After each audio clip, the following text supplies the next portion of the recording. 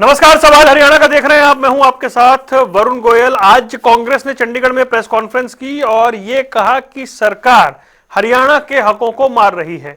उन्होंने राजधानी के मुद्दे को लेकर, एसवाईएल के मुद्दे को लेकर और जो खेल हैं उनको लेकर और कई दूसरे मुद्दों पर यह बात करते हुए कहा कि हरियाणा के हक मारे जा रहे हैं और मुख्यमंत्री पंजाब जा रहे हैं।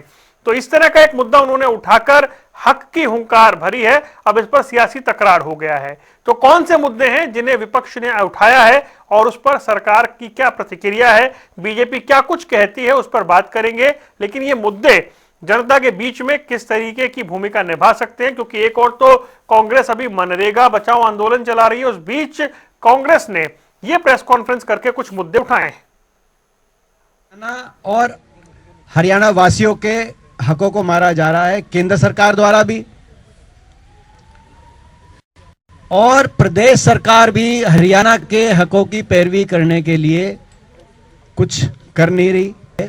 लेकिन हरियाणा के हकों पे और प्रहार हम होने नहीं देंगे, हम गूंगे नहीं रहेंगे।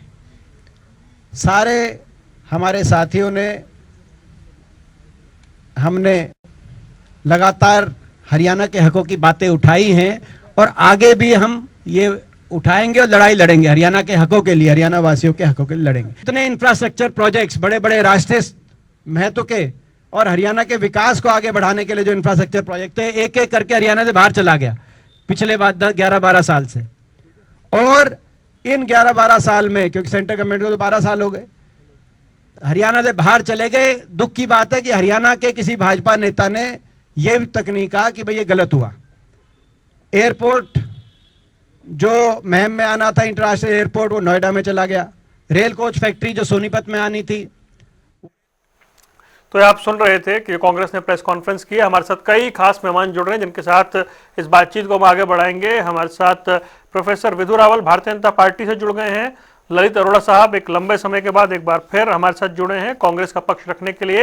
रजत पंजेटा इंडियन नेशनल लोकदल से हमारे साथ है। आप सभी का स्वागत करते हुए प्रोफेसर विधु रावल, सबसे पहले हम ये जानना चाहेंगे कि वो कह रहे हैं कि रेल कोच फैक्ट्री यहां आनी थी वो बाहर चली गई, एयरपोर्ट यहां आना था वो जेवर चला गया, गेम्स जो हैं उनमें हरियाणा को कंसीडर नहीं किया जा रहा, एसवाईएल का पानी नहीं ला पा रहे, चंडीगढ़ का राजधानी को लेकर क्या स्टेटस है वो स्पष्ट नहीं हो रहा, केंद्र हरियाणा के हक मार रहा है और राज्य सरकार चुप है। चलिए राहुल साहब का पहुंचेंगे। सबसे ललित अरोड़ा साहब, यह विषय जो आज उठाया गया है कांग्रेस की ओर से, बकायदा तमाम सांसद वहां मौजूद थे, यह विषय जो उठाया जा रहा है कि केंद्र जो है वो हरियाणा को सपोर्ट नहीं कर रहा। उधर पंजाब भी ये कहता है जी जो केंद्र है वो हमारे साथ गलत कर रहा है, धक्केशाही कर रहा है। तो किसकी बात ठीक है फिर? कांग्रेस निरंतर ही हरियाणा के हितों की रक्षा के लिए ये मुद्दे उठाती रही है और आप तो हमारे प्रमुख पत्रकार हैं हरियाणा स्टेट से। पहली बात तो ये कि आज दीपेंद्र जी की अगर प्रेस कॉन्फ्रेंस को आपने देखा ही होगा, उसमें उन्होंने कहा कि ये सरकार दिल्ली के रिमोट कंट्रोल से चलती है। बीच में एक विवाद और भी हुआ था कि चपड़ासी की भर्ती भी मुख्यमंत्री नहीं कर सकते। डंकी रूट की बात चली कि हरियाणा के युवाओं को डंकी रूट से बाहर जाना पड़ता है। तो आज कांग्रेस के सांसद भी थे मंगलवार को और भाजपा सरकार पर कई गंभीर आरोप लगाए गए हैं, जिनमें से मेन तो यह है कि हरियाणा के अगर हक मारे जा रहे हैं तो उसकी बात कौन उठाएगा? हम ही तो प्रमुख विपक्षी दल है। तो हम ये कहते हैं कि दीपेंद्र जी ने जो आज कहा कि रिमोट कंट्रोल से चलने वाली सरकार को, इसको उन्होंने 5 उदाहरण दिए। पहला उन्होंने कहा कि जो है मुख्यमंत्री कभी कहते हैं मेरा बिहार से नाता है, कभी कहते हैं पंजाब से नाता है, और यही हमारे प्रधानमंत्री का भी हर जगह उनका नाता है। लेकिन फिर हरियाणा के हितों का नुकसान क्यों हो रहा है? एसवाईएल के मुद्दे पर केंद्र में कोई भाजपा नेता पैरवी करने नहीं गया। हमारे ही तो एमपी गए थे, विधानसभा का मामला लटका हुआ है। अब ये जो आपने रेलवे कोच का खुद ही उदाहरण दिया, एयरपोर्ट मेट्रो का काम बाहर चला गया, इकलौता दूरदर्शन केंद्र तक बंद हो गया है। ये क्या कारण हुआ भाई? कई प्रोजेक्ट बाहर गए हैं। इसके अलावा उन्होंने, दीपेंद्र जी ने यह भी कहा कि जब हरियाणा के हकों की बात होती है तो यह सरकार गूंगी बहरी हो जाती है और वो ऊपर जो आका दिल्ली में बैठे उनको खुश करना चाहते हैं। आप देखिए नौकरियों की बात करिए, हरियाणा से कोई काबिल बंदा ही नहीं मिल रहा इनको।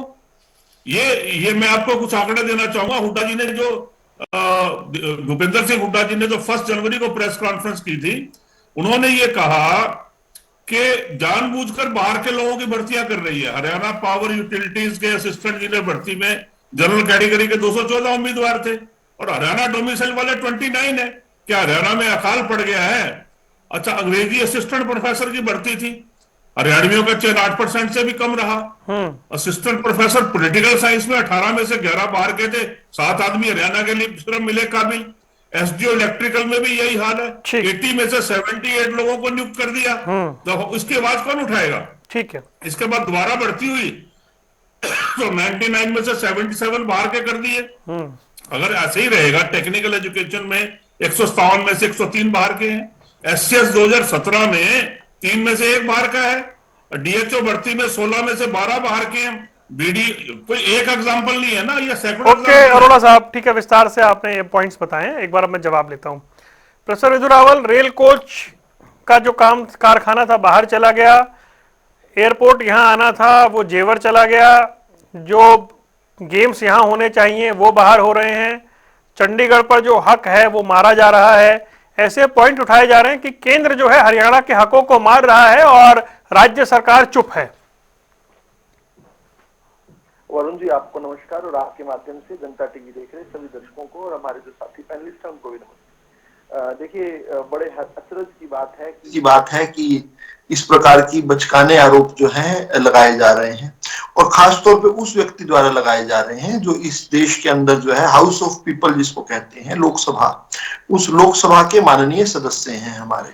और उसके बावजूद इस प्रकार के आरोप, जिन आरोपों का कोई सिर नहीं कोई पैर नहीं, किस प्रकार से ये रेल कोच फैक्ट्री के बारे में लगातार झूठ बोलते रहे हैं हमें पता है।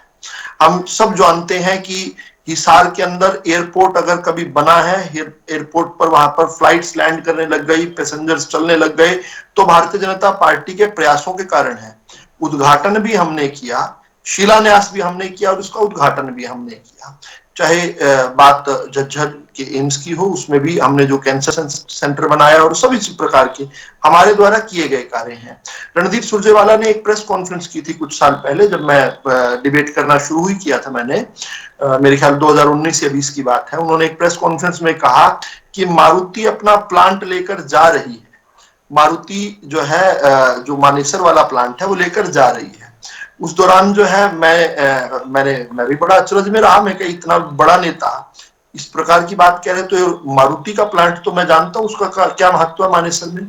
मैंने थोड़ा रिसोर्सेज से पता किया तो पता चला ऐसी तो कोई खबर ही नहीं है। खबर तो उल्टा ये है कि मारुति एक बहुत बड़ा प्लांट जो है वो और हरियाणा के अंदर लाने के लिए एमओयू साइन उससे कुछ महीने पहले करके गई थी, जिसको बाद में जो है हमने देखा कि खरखोदा के पास वो लगा। यही नहीं, 428 एकड़ का हुंडई का प्लांट जो है वो लगा वहां पर, और उसी आईएमटी की बात ही कर रहा हूं मैं। मतलब दिन को रात कहने का ये जो ट्रेनिंग कांग्रेसियों को मिलती है, ये राहुल गांधी से झूठा खाते हैं। राहुल गांधी ने शायद वो परंपरा शुरू कर दी, जो कांग्रेस में रहेगा मेरा झूठा खाएगा। झूठ बोलना, लगातार झूठ बोलना। अभी क्या कह रहे थे, हिंदू हरियाणा से बाहर के लोग नहीं मिलते। अरे जिनको 24-24 साल तक भारत का कोई आदमी नहीं मिला अपना राष्ट्रीय अध्यक्ष बनाने के लिए, इटली से इंपोर्ट करके लाए हुए लोगों को ये हिंदुस्तान के अंदर अपना राष्ट्रीय अध्यक्ष बना के, आप मुद्दे पर नहीं बोलेंगे, बीच में नहीं बोलेंगे, एक करके बीच में मुद्दा ही है, आप नहीं बताओगे प्लीज, एक करके। No please one by one. Okay रुकिए सर, प्लीज रुक जाइए। नो चमचे सर, नहीं प्लीज नहीं, वरुण जी प्लीज, नहीं मैंने बीच में नहीं बोला, नहीं मुझ पर पैर रख दिया कि मैंने चमचे। प्लीज नहीं, किसी को पर्सनल टारगेट मत करिए प्लीज। ये कर रहे हैं, मैं कर रहा हूं। नहीं मैं करूं, किसी को पर्सनल टारगेट मत कीजिए। शांत करवा दीजिए, मैं करता ही उनको एड्रेस करने के मूड में नहीं। प्लीज जो अब जो नए नमूने आए इनसे भी बढ़िया हैं, जो नए नमूने आए हैं प्लीज नहीं, प्लीज चलिए मैं मुद्दा ऐसा है, अगर ललित अरोड़ा दोबारा मुझे इंटरप्ट करेंगे इससे और कठोर बोलूंगा। ललित अरोड़ा अपने रुकिए प्लीज, रुक जाइए प्लीज। कोई कारण है मेरा ये बोलूंगा, प्लीज ऐसे मत करिए प्लीज। एक अपना पॉइंट क्लियर कीजिए। वो भाई आज कांग्रेस ने प्रेस कॉन्फ्रेंस की है, उन्होंने कहा है कि ये चीजें हरियाणा से बाहर जा रही हैं, बस उस पर बात रखिए। हाँ मैं बता रहा हूं ना, हरियाणा से बाहर क्या जा रहा है। उन्होंने बताया कि एचपीएससी के चेयरमैन जो है वो हरियाणा से बाहर के आदमी को बना दिया। मैं वहीं पर आ रहा था, बीच में ललित अरोड़ा को चमचागिरी दिखाने का अवसर नहीं मिल सर, गया। प्लीज, मैं वहीं पर ही आ रहा था। नो, डोंट, मैं बता रहा हूं, और मैं आपसे 30 साल बड़ा हूं, प्लीज, तमीज से बोले। प्लीज। अरे आपके अंदर बुद्धि, नहीं भाई, नो, 20 साल के बालक की भी नहीं। पर्सनल टारगेट मत करिए किसी अगर को, ये प्लीज। व्यक्ति लगातार इंटरप्ट करेगा तो रुकिए, नहीं सर, रुकिए, ऐसे नहीं ना, अपना पॉइंट रखिए, किसी को पर्सनल टारगेट मत कीजिए, सिर्फ अपना पॉइंट रखिए। आप इतना अच्छा बोल रहे थे, फिर ये विषयांतर हो गया, प्लीज। नहीं, मैं हूं ना सर उसके लिए, वरुण जी आप विषयांतर पॉइंट नहीं हुआ है, रखेंगे। वरुण जी विषयांतर नहीं हुआ है, मुझे बोलने दीजिए। नो, मैं no personal comment please, no personal comment. कोई मेरा नाम क्यों ले रहे हो मुझे बार-बार? मुझे सुन ले, मेरा पूरा पॉइंट सुन ले, मेरा पूरा पॉइंट सुन ले, समझ आ जाएगा मैं कहां लेके जा रहा हूं बात को। आप आज बोलिए, लेकिन दीपेंद्र निजी हुड्डा जी ने कमेंट कहा है, एक सेकंड, आपने एक सेकंड, चमचागिरी अरे चुप हो जाइए पर्सनल आप। कमेंट मत करिए, ठीक है, रुक जाइए, रुक जाइए, रुक जाइए, सब रुक जाइए। अच्छा रुकिए, अरोड़ा साहब, मैंने उन्हें कह दिया, प्लीज रुकिए एक वरुण जी सेकंड। आप लगातार गलत बोल रहे हैं। अरे रुकिए, आप लगातार रुकिए, गलत बोल रहे हैं। मैंने किसी को प्रश्न नहीं किया, अरे बार-बार सर कह रहे रुक हैं जाइए, प्रश्न रुक कीजिए। जाइए, किस पर ठीक किया है, प्रश्न? रुकिए, रुकिए, रुकिए। नाम बताइए आप किस नहीं पर नहीं किया? नहीं, रुक जाइए, किसी को चमचा वगैरह मत कहिए ना, आप पॉइंट तो रखिए। मुझे बताने दीजिए। मैं कहीं वरुण जी मेरी बात को इंटरप्ट कर किया गया। अगर मेरी बात पूरी सुन ली जाती तो आप भी आरोप न लगाते और ललित हाँ, तो अरोड़ा अपना को भी पॉइंट कम पूरा कीजिए सर। चल पूरा। तो आज उन्होंने आरोप क्या लगाया कि एचपीएससी के चेयरमैन है बाहरी आदमी है।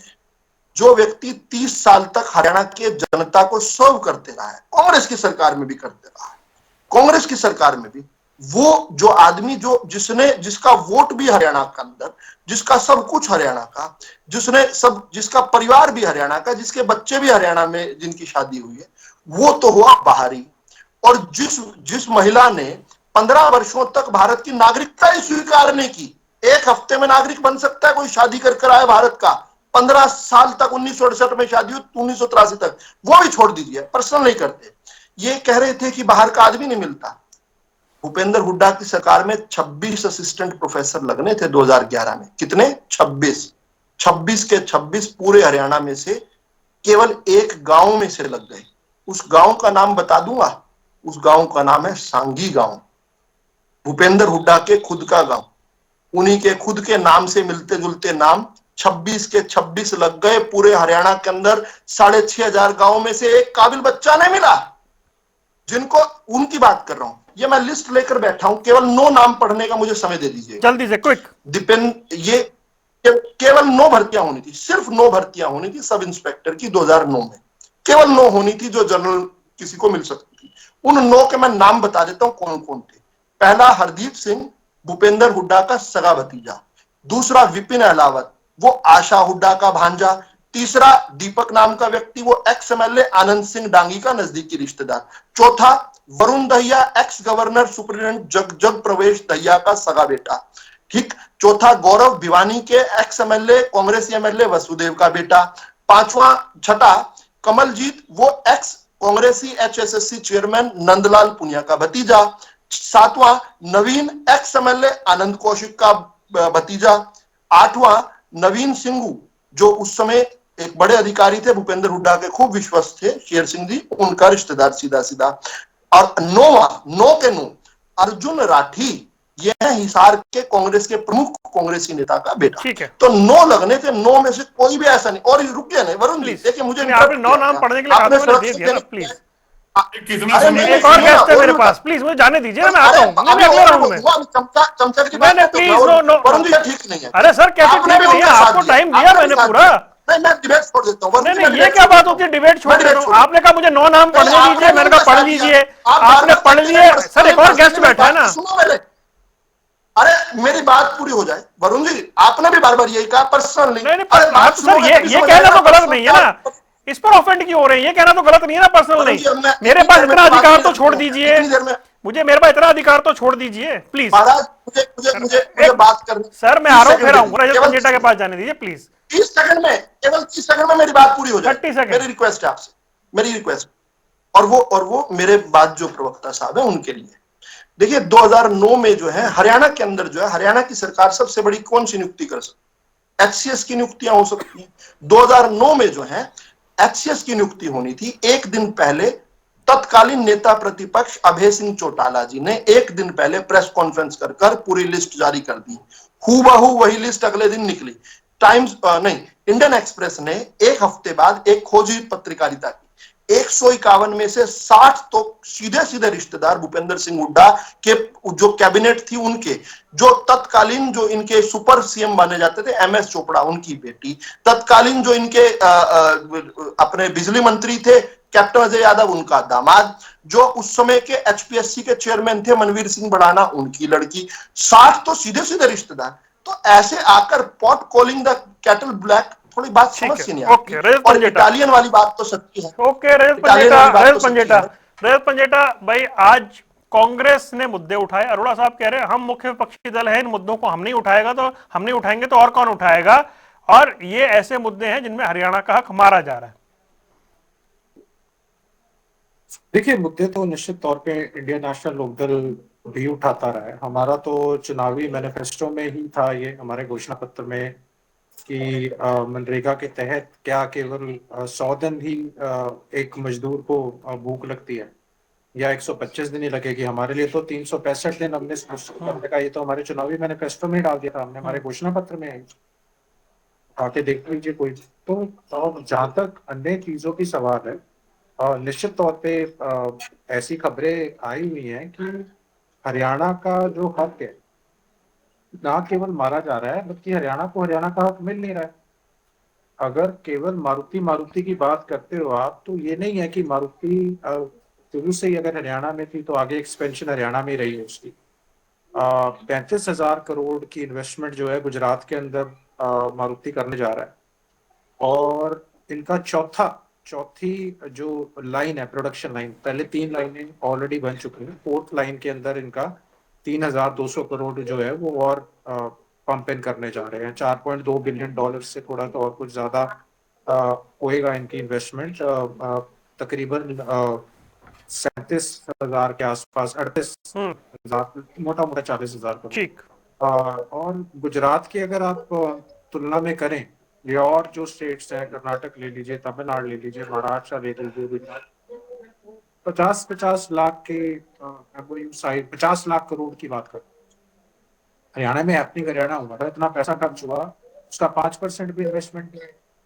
और जहां अगर जीएसटी के हम मांगते हैं कि हमारा जीएसटी का जो पैसा बनता है, तो वो सेंटर ने कहा है, कई बार मना करके कहा कि आप लोन ले लीजिए।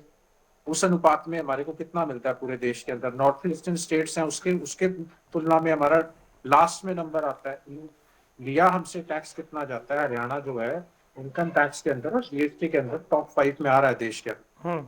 उसके बाद अगर देखा जाए तो कितनी इंडस्ट्री ऐसे खबरें हैं जो हरियाणा से पलायन करके नोएडा की तरफ, यूपी में और राजस्थान में और गुजरात में अन्य जगहों पे गई है।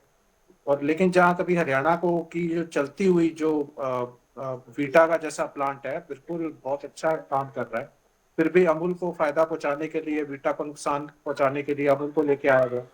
जितना विरोध कर्नाटक में भी हुआ, आपको भी पता है, बड़ा फेमस हुआ था अमूल वर्सेस नंदनी वाला। तो ये तो चीजें हैं, एक तो हरियाणा का हक, और सबसे बड़ा तो हरियाणा के युवाओं का हक मारा जा रहा है। जो यूनिवर्सिटी के गोल्ड मेडलिस्ट हैं, टॉपर्स हैं, इतने मेरिटियस स्टूडेंट्स हैं, उनको असिस्टेंट प्रोफेसर में जगह नहीं मिल रही, और बाहर के बच्चों को दी जाएगी। कैटेगरीज की पोस्ट खाली रखी जाएंगी, 1/3 बच्चे जो HCS के हैं वो बाहर से दिए जाएंगे। क्या हरियाणा के बच्चे होनहार नहीं है? क्या हरियाणा के बच्चे सिर्फ इजराइल की जंगों में जाने के लिए, या रूस यूक्रेन की जंग में जाने के लिए, या बाहर हाथों में बेड़ियां और पिट के प्लेन में डिपोर्ट होने के लिए हैं क्या हरियाणा के युवाओं को? क्या आप, और सिर्फ अगर अभी भी अगर आप देखा जाए, अगर मैं आपको लेटेस्ट अभी आंकड़ा दूं, जो HKRN में खेल हो रहा है, HKRN में केवल आंकड़ा बढ़ाने के लिए बड़ी लिमिटेड जो है टाइम के लिए वो नौकरी दी जा रही है, और उस नौकरी के अंदर भी लेटर थमाने शुरू कर दिए हैं कि बस अब आपकी सेवाएं नहीं चाहिए, अब कॉन्ट्रैक्ट आपका खत्म होता है। पहले दी जा रही हैं, फिर निकाले जा रहे हैं, सिर्फ ये दिखाने के लिए कि नहीं, वो कल तो को टीवी सिक्योरिटी, डिबेट में बैठ जॉब के, सिक्योरिटी की बात तो हुई थी ना, वो तो पास ही हुआ था। नहीं, फिर रोजगार पक्का का हम क्यों विरोध करते हैं बार बार? एजुकेशन डिपार्टमेंट में और कितनी गंभीर डिपार्टमेंट है, वहां भी HKRN के थ्रू भरती है। हम बार बार क्या कह रहे हैं कि पक्का रोजगार, अग्निवीर की तरह पक्का रोजगार। अग्निवीर भी आपका कच्चा रोजगार है, ये भी कॉन्ट्रैक्चुअल है सारे के सारे। कईयों ने तो चलो नौकरी या कईयों का तो मेंशन ही नहीं था उसके ऊपर, ये कि सरकार आपको कभी भी निकाल सकती है, ये क्लॉज भी है उसमें। ठीक तो है। ये तो कल को ये बोल दें कि हमने तो इतना रोजगार दे दिया। ओके। ये बातें, विषय जो है ये बड़े गंभीर हैं।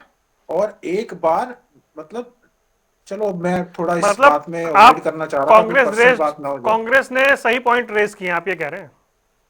नहीं नहीं, ये तो हम भी उठाते रहे, मैं कह रहा हूँ ये तो सारे अनेक मुद्दे जो है ये आपने जो शुरुआत में की कि कांग्रेस उठा रही है, कोई ऐसा मुद्दा नहीं है जो इंडियन आज नेशनल कांग्रेस लोकदल ने नहीं प्रेस उठाया। कॉन्फ्रेंस की, तमाम सांसद, मतलब सभी तो नहीं लेकिन काफी सांसद और विधायक मौजूद थे। वो बता अच्छा, रहे हैं उठाने कि जी के लिए एयरपोर्ट यहां बनना था, जेवर चला गया, रेल कोच यहां बनना था, कहीं और चला गया। वो बता रहे हैं ना, ये वाली बातें वो रख रहे हैं। हमने तो हिसार के बारे में भी बोला है, कम से कम उसको तो बना दो, ठीक है। उसको तो इंटरनेशनल, उसको तो कम से कम करने का काम करो, कष्ट ओके। करो। ओके ललित, आपको ये नहीं ठीक। पता कि वहां से फ्लाइट अयोध्या लोग पहुंच गए, वापसी उनको दिल्ली आके, जिनको गाड़ियां उठा उठा के फिर टैक्सी में जाना पड़ रहा है, हिसार से आपको चले गए, वापसी नहीं है कि कईयों को मिल रही। ठीक है। तो ओके। ये, और वो भी हफ्ते में 1-2 दिन चलती है, उसका भी बुरा हाल। ठीक है, ललित अरोड़ा के बारे में चलते हैं। जी अरोड़ा जी, भाई वो कह रहे हैं ये मुद्दे तो हम पहले भी उठाते रहे हैं, हम तो जो कांग्रेस उठा रही है वो मुद्दे इनेलो भी उठाती रही है, बीजेपी कह रही है। मैंने जी कब कहा कि इनेलो मुद्दे नहीं उठाती? मैंने तो ऐसा बोला ही नहीं ना नहीं, बिल्कुल। जी जी मैं ये कह रहा हूं कि जो विपक्षी दल है, लेकिन हमने आज उठाए हैं और हमेशा उठाते रहे, मैंने ये कहा। जी। मैंने ये नहीं कहा कि और कोई दल नहीं उठाता, ना ही मेरा ये बनता है कहना। नहीं, ठीक है। I don't give sweeping statement ना। मेरा सिर्फ ये कहना है, जैसे खेल ढांचे पे बात है कि हमारे राष्ट्रीय खेल हरियाणा से 24% प्लेयर और कितने मेडल्स हरियाणा के लोग ला रहे हैं, और हरियाणा का बजट कितना है, गुजरात का बजट कितना है। ओलंपिक बिड 1936 में अगर 2036 में करेंगे, हरियाणा में होने चाहिए थे। क्योंकि जाओ नर्सरी है खेलों की, जहां पे आपने 22 साई सेंटर बनाए हुए हैं, वहां पे अगर आप ओलंपिक में हमारी भी भागीदारी करें, ये था। अब जैसे मनरेगा के बारे में है, इन्हीं के आंकड़े हैं, 8 लाख लोग पंजीकृत हैं, 2100 लोगों को रोजगार मिला है, और वो भी कितने दिन का है ये आप जानते हैं। अगर 100 दिन में तो आप रोजगार नहीं दे चुके, और अब जब आप 125 दिनों में देंगे, जिसमें कि बजट ही 40% आपको देना है, 60 सेंटर ने देना है, उसका प्रावधान कहीं नहीं है, तो ये मुद्दे सवाल नहीं उठाएंगे हम। मजदूरों के हक की लड़ाई के लिए हम कहेंगे रेल कोच फैक्ट्री में क्या गलत कहा गया, मुझे बताइए। अगर इसमें कोई गलत है तो आंकड़े बता दें। देखिए, एक एक रेल कोच में 7-7 एंसिलरी यूनिट्स भी होती हैं। अभी मैं आपको बताऊं, जो आपकी एक पेरम्बूर में जो है, वहां पे आज की तारीख में अरबों रुपए का निवेश हो रहा है, उसके आसपास भी, और वहां पे 9300 लोग, शायद मेरा ख्याल है इतने लोग काम करते हैं। अब और भी फैक्ट्रियां हैं, रायबरेली में चली गई, इंटीग्रल कोच फैक्ट्री कपूरथला है, तो हम उसकी बात कर रहे हैं। क्या वो शिफ्ट नहीं हुई है? प्राइवेट सेक्टर में तेलंगाना में जो फैक्ट्री है, वहां पे भी रायबरेली में चली गई सर, वो तो फिर अच्छी बात थी, रायबरेली में चली गई, उस पर ऑब्जेक्शन नहीं होना चाहिए। हम हरियाणा की बात कर रहे हैं कि यहाँ होनी चाहिए थी ना। हाँ। यहाँ के लिए सैंक्शन हुई थी ना, मैं तो वो बात कर रहा हूं। मैं ये नहीं कर रहा कि रायबरेली क्यों चलेगी। रायबरेली तो उस टाइम गई थी सर जब यूपीए सरकार थी। मैं वही कह रहा हूं कि वो वहां चली गई, अब की बार भी चली गई। अब की बार खुलनी थी ना या सोनीपत में, तो उसको उठाए ना कि वो बिल्कुल उठाइए सर, अरे उठाने के लिए ये टॉपिक पे डिबेट रखी है। यही तो मैं कह रहा हूं, आगे सुनिएगा ना। मैं अब राइस मिल्स है, मध्य प्रदेश में गई है, इसका मतलब कंड्यूसिव एटमोस्फेयर नहीं है। कहीं ना कहीं उनको दिखते हैं, चाहे वो बिजली में हो, चाहे उनके ऊपर टैरिफ की बातें हो, और बहुत सी चीजें हैं। इंटरनेशनल एयरपोर्ट का जैसे जेवर में गया है, जेवर के अंदर में लाखों यात्रियों का फायदा होगा कहते हैं, लेकिन क्या हरियाणा में अगर बनता तो वो लाखों को नहीं फायदा होता? अगर हम जेवर से उतर के हरियाणा में आ सकते हैं, हरियाणा कितनी दूर है सेंट्रल कैपिटल रीजन एनसीआर से, और अगर हरियाणा का विकास आप नहीं करना चाहते, या इतना इंपॉर्टेंट प्रोजेक्ट अगर आपने वहां दे दिया, अब वो 75 किलोमीटर अंदर दे दिया, जेवर को दे रहे थे, पहले कहां होना था? तो ये उठाए ना मुद्दा कि आप हमें रोजगार नहीं मिलता। ओके, कितने टूरिज्म में रोजगार मिलता, टैक्सी वालों को मिलता, और भी, ठीक है, पैसेंजर ट्रैफिक जितना जहां आएगा वो एरिया डेवलप होगा। ठीक है। अब ये दो पॉइंट पूछता हूं, ये क्या प्रोफेसर विद्रावल साहब, ये बात पहले हिसार एयरपोर्ट के समय भी कही गई थी, महम में इंटरनेशनल एयरपोर्ट आना था क्या, और वो जेवर शिफ्ट हो गया? देखिए, इस प्रकार से कोरी कपोल बातें कितने ही कांग्रेसियों से कहलवा लो, मैं फिर से उस बात पर आता हूं, ये पर्सनल नहीं है, this is not personal, this is not personal, this is personal hygiene. किस प्रकार से अभी देखो फिर ये बदतमीजी है, 30 साल बड़ा है। नहीं रुकिए, नहीं प्लीज नहीं वरुण जी ये नहीं चलेगा। अरोड़ा साहब प्लीज रुकिए। आप इस आदमी का, अगर ये आदमी अपना मुंह बंद नहीं रख रुकिए ना, सकता तो डिबेट मत करवाइए। मुझे लगा हम पुराने समय में डिबेट पे लौटे हैं, तो एक अच्छे उसमें लौटेंगे प्लीज। आपकी डिबेट यही डिरेल ओके ओके, मेरा सीधा सा एक सेकेंड अरोड़ा साहब प्लीज होल्ड, अरोड़ा साहब प्लीज होल्ड, अरोड़ा साहब प्लीज होल्ड। मुझे क्यों बोलता है? अच्छा रुकिए रुकिए अभी, इसे बिल्कुल व्यक्तिगत मामला मत बनाइए प्लीज। कांग्रेस जी कांग्रेस प्रोफेसर बिजू रावल, क्या महम में इंटरनेशनल एयरपोर्ट आना था जो जेवर चला गया, मैं ये पूछ रहा हूँ। कांग्रेसी ये कह रहे हैं, मैं कहूंगा भाजपा अच्छा गया, ये अच्छी बात है। अच्छा रुकिए हरियाणा के रुकिए सर, एक बड़ा जेन्युइन सवाल पूछा, उसका जवाब ले लूंगा। करनी नहीं आती। रुकिए रुक जाइए प्लीज रुकिए। एक सेकंड में जवाब लेता हूँ प्लीज। क्या महम में एयरपोर्ट आना था जो जेवर चला गया? देखिए हिसार और महम के बीच का अंतर कितना है, इस पर विचार कर लीजिए। देख लीजिए कि क्या ये कहीं फिजिबिलिटी आपको लगती है कि ये कह देना कि कहीं पर भी एयरपोर्ट। मैं तो हैरान हूं कि हिंदुस्तान के अंदर ये 70 साल में केवल 74 एयरपोर्ट बना पाए, हमने केवल 11 साल में 74-75 और ऐड करके 150 कर दिए। अब ये कहना कि जी एक एयरपोर्ट जो है कहीं महम में इन्होंने कोई अपनी कल्पना में सोचा, वो महम में ना आकर वो जाकर त्रिवेंद्रम में आ गया। तो एक सेकंड वरुण जी इसी को बुलवा अरोड़ा साहब प्लीज रुकिए। मूर्ख आदमी है। नहीं सर प्लीज ये रुक जाइए। वरुण जी ये कोई तरीका नहीं है। अरोड़ा साहब प्लीज उनको बात पूरी करने दीजिए। इस तरह नहीं मैं कर पाऊंगा। अरोड़ा जी उन्हें बात पूरी करने दीजिए। और सर आप म्यूट कर सकते हैं क्या उन्हें? रुकिए एक सेकंड, आप म्यूट कर सकते हैं क्या उन्हें? अरोड़ा साहब रुक जाइए एक मिनट, अरोड़ा साहब बिल्कुल रुक जाइए। अब भाई अपनी बारी में बोलेंगे और कोई नहीं बोलेगा। पीसीआर ध्यान रखिए इस बात का कि जो बोल रहे हैं उसी की आवाज जाए। रुक जाइए ठीक है रुक जाइए। You can bang your head on the wall for all I care. उसी विषय पर You can bang your head on the wall for all I care. I don't care. Okay hold, बस सर बस आइए। You don't seem to a professor, just a Meham में sir एक second भाई, PCR please ध्यान रखिए, पीसीआर ध्यान रखिए भाई, ऑडियो एक का ही जाना चाहिए। रुक जाइए एक एक करके, ऐसे डिबेट नहीं हो पाएगी। रुक जाइए। कितना समय नष्ट हो चुका डिबेट का। एक मूर्ख आदमी को डिबेट पर बुलाने का प्लीज नुकसान होता है। रुक जाइए। मुझे अधिकार है। नहीं सर किसी को ऐसे मत बोलिए ना, अधिकार है, बात रखिए। मैं बार बार कह रहा हूँ। वरुण जी ये डिस्टर्ब कर रहा है भाई रुकिए एक सेकेंड भाई, PCR 1 by 1 please audio. Professor Vidu Rawal मुझे अब एक बात बताइए आप, क्योंकि वो कह रहे थे कि महम में ट्रायल चल रहे थे, सर्वे। देखिए मेरी बात सुनिए, प्रयास ऐसा है जी, हिसार के अंदर एयरपोर्ट बना है, हमारी सरकार ने शुरू किया प्रोजेक्ट, हमारी सरकार उसका पहला फेज पूरा कर चुकी है, अगला फेज भी पूरा करेगी।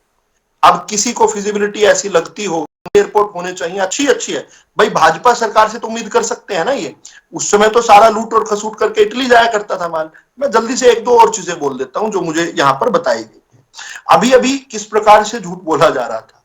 इंफ्रास्ट्रक्चर डेवलपमेंट की जहां तक बात है, केएमपी कब शुरू होना था, चौटाला साहब के समय पूरा हो जाना था। ये केएमपी की जो डेट रखी थी वो शुरू भी नहीं हो पाया।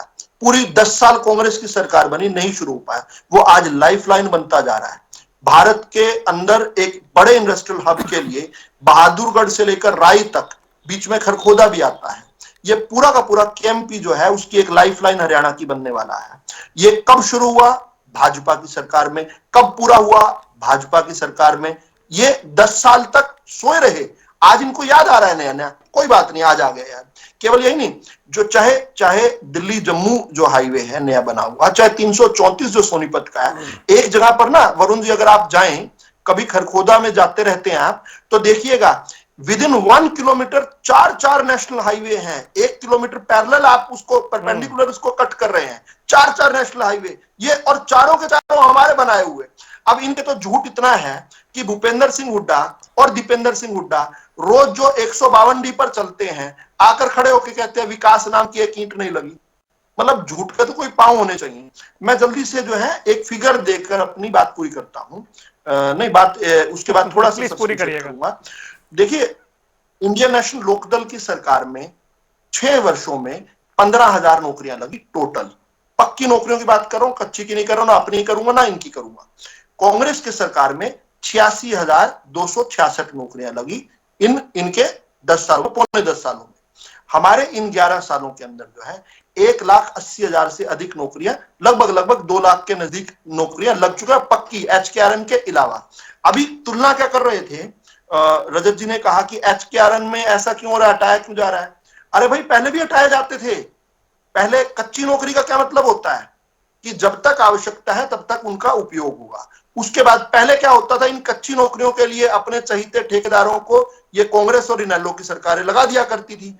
उसके बाद अपनी मर्जी से उनको हटा दिया करती थी। अब और ठेकेदारों को, ठेकेदार पैसे देकर जो है इन लोगों को लगाया करते थे। हमने वो बीच का पैसे वाला भी व्यवस्था खत्म कर दी। हमने कहा पक्की नौकरी भी लगेगी और कच्ची नौकरी भी लगेगी, कुछ मानकों पर लगेगी, मानक तय कर दिए। सबसे गरीब को सबसे पहले अधिकार मिलेगा। इसका विरोध किया इन लोगों ने। इन्होंने एक और बात कही कि 100 दिन ही भूख लगती है क्या। तो क्या ऐसा इंडियन नेशनल लोकदल को अवसर नहीं मिला था क्या हरियाणा में राज करने का, या उस समय 100 दिन ही भूख लगती थी। आज ही भूख बढ़ी है, भूख तो शुरू से लगती थी। लेकिन भूख के ऊपर जब भूख के पैसे, जब अपनी बिजली का बिल जो है जो माफ करने की बात कही थी, कहा था जोड़ में घेर दियो मीटर उखाड़कर, तो कंडेला का कांड कर देते हैं आप। जब अपनी सरकारों में होते हैं गोलियां चलाते हैं प्रदर्शन करने वालों पर। आज आप कह रहे हैं हरियाणा का हक मारा जा रहा है। हरियाणा का हक तब नहीं मारा जा रहा था, देखिए ना, जब आप भ्रष्टाचार कर जेल में गए। मैं फिर से एक बात कहता हूं, एक और बात कह के अंत कर रहा हूं, मैं पक्का अंत कर रहा हूं। ये विभाजनकारी शक्तियां हैं, इन्हें अंग्रेजों ने सिखाया है बिठाकर। अंग्रेजों ने इनको पैदा किया और फिर सिखाया है। क्या सिखाया? विभाजन पैदा करो। तमिलनाडु में जाकर हिंदी को गाली देना, भाषाओं पर लड़ाना, मराठी और हिंदी को लड़ाना।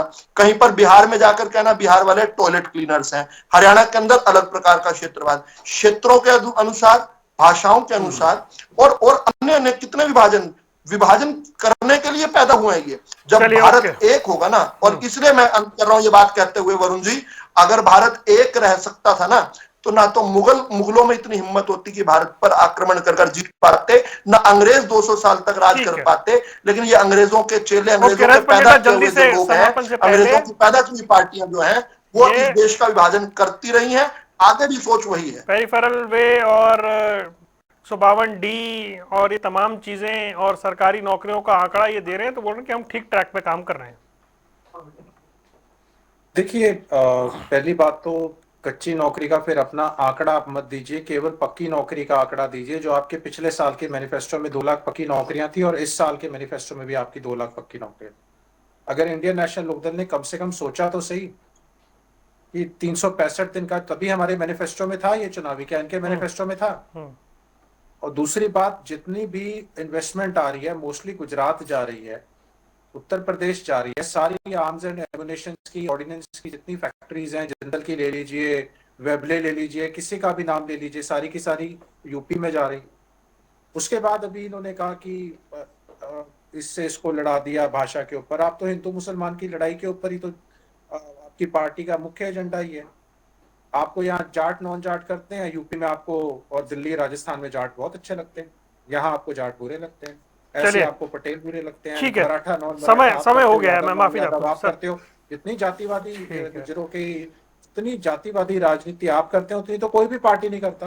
दूसरा मैं माफी चाहता हूं, 30 सेकंड जल्दी से। कोई बात नहीं, मैं जल्दी खत्म करने की कोशिश कर रहा हूँ। जो आपने बात करी है इंडियन नेशनल लोकदल के ऊपर, और तब तो प्रदेश के खजाने भरे हुए थे, अब 4.25 लाख करोड़ का कर्ज है। और सेंटर का कर्ज पता है आपको कितना है? 3 लाख रुपए प्रति व्यक्ति। और हरियाणा का कितना है? 1.5 लाख। तो टोटल 4.5 लाख प्रति व्यक्ति कर्ज है। आज आपकी देन है, भाजपा की, सेंटर की अलग है। चलिए देखते हैं कि सर कि क्या हरियाणा के मुद्दे या हरियाणा के हक मारे जा रहे हैं, या हरियाणा को जैसा दावा किया जा रहा है कि उसको दिया जा रहा है, उस हिसाब से डबल इंजन के हिसाब से काम हो रहा है। इस पर आगे भी चर्चा करते रहेंगे। तो रोजाना शाम 6 बजे आपसे होती रहेगी मुलाकात। दीजिए इजाजत। आप देख रहे थे सवाल हरियाणा का। आप तीनों मेहमानों का जुड़ने के लिए बहुत बहुत शुक्रिया।